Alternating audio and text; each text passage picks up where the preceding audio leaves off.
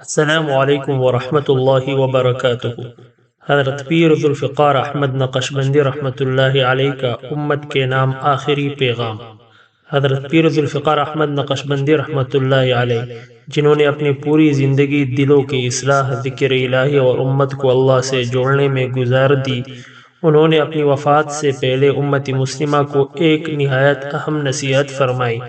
آپ فرمایا کرتے تھے کہ فتنوں، آزمائشوں اور غفلت کے اس دور میں اگر کوئی عمل دلوں کو زندہ رکھ سکتا ہے اور اللہ کی رحمت کو متوجہ کر سکتا ہے تو وہ ہے ذکر، درود اور ختم خواجگان۔ آپ نے امت کو وصیت فرمائی کہ اس ختم کو اپنی زندگیوں میں زندہ رکھنا، اسے دکھاوے یا رسم نہ بنانا، بلکہ اخلاص، عاجزی اور درد دل کے ساتھ پڑھنا۔ آپ کا فرمان تھا، جب دل اللہ تعالیٰ کی ذکر سے جڑ جاتا ہے تو حالات خود بخود سنورنے لگتے ہیں۔ امت کی اصلاح تلوار سے نہیں، ذکر سے ہوتی ہے۔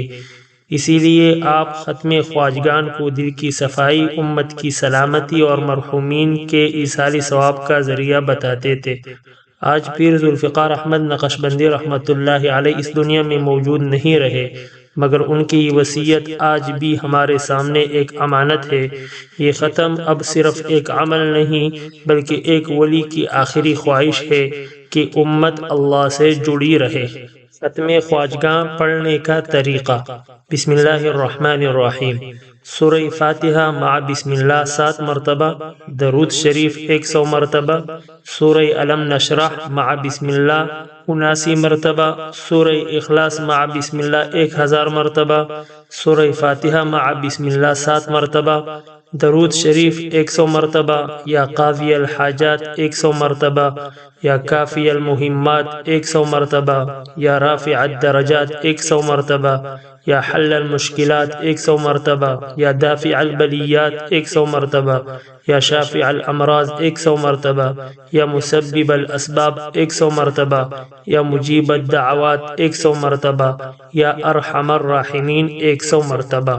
یہ ختم خواجگان پڑھنے کا طریقہ ہے۔ اللہ تعالی ہمیں توفیق عطا فرمائے کہ ہم اس وصیت کو اپنی زندگیوں میں جگہ دیں اور مرحوم کے لیے صدقہ جاریہ بن سکے۔ یہ ختم گھر میں عورتیں بھی کر سکتی ہیں۔